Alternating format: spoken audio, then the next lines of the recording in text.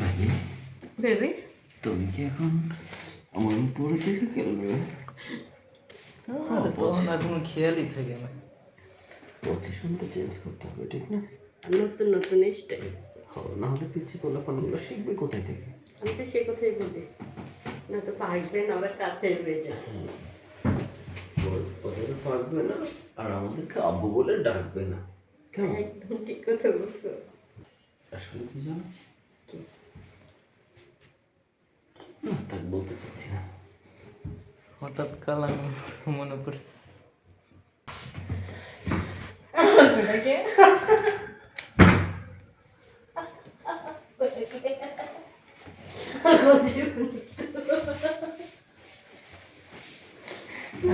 Mute থাকবো, আমরা tension নেই।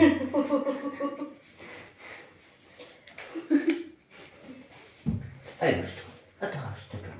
আমাকে দেখে ওই যে হাসতে লাগে, আমার জিনিসটা না হয় ছোট, তবে আমি ধাক্কা খেয়ে একটা কম দিই বলো।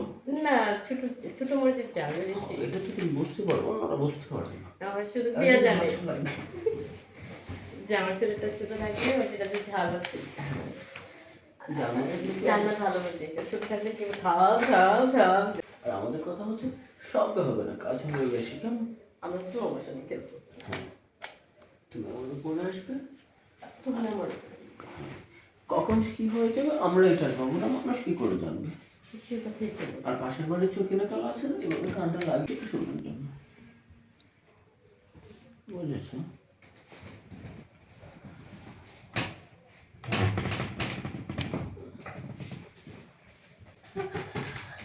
চাল আজকে কিন্তু গোসল করে নেবে সন্তান।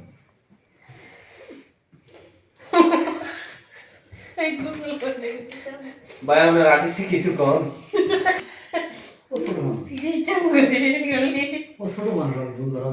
এই তো না পয়সা খানিকটা ওটা কেন সামনে রেখে দিয়েছি, আমি সে কথাই বলি। ছেলেটা বোঝে না, ছোট তো ছোট ছোট বোঝে না। ছোট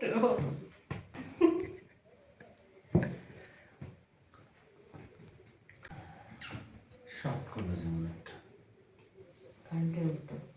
আসলে কি তুমি কারেন্ট হলেন না ট্রান্সমিটার বুঝতে পারতেছি না, যেদিকে যাওয়ার চেষ্টা করছো সেদিক থেকে শর্ট মারছো। নড়া দেও